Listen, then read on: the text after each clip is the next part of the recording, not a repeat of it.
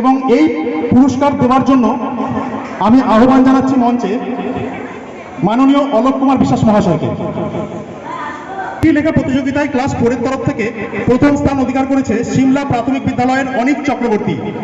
দ্বিতীয় স্থান অধিকার করেছে ঘোড়ামারা বিবেকানন্দ একাডেমির মেঘা প্রসাদ। তৃতীয় স্থান অধিকার করেছে সত্যচরণ প্রাথমিক বিদ্যালয়ের রশ্মি রায় চৌধুরী। তাদেরকে মঞ্চে আসার জন্য আহ্বান জানাই।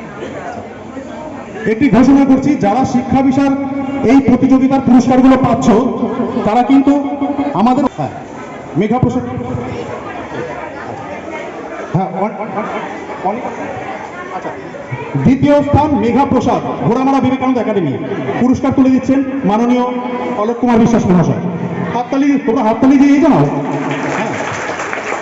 আচ্ছা, আর তৃতীয় স্থান রশ্মি রায় চৌধুরী, তার হাতেও পুরস্কার তুলে দিচ্ছেন মাননীয় অলোক কুমার বিশ্বাস মহাশয়। হাততালি দাও। এবার অঙ্কন প্রতিযোগিতার ফলাফল ক্লাস 5 থেকে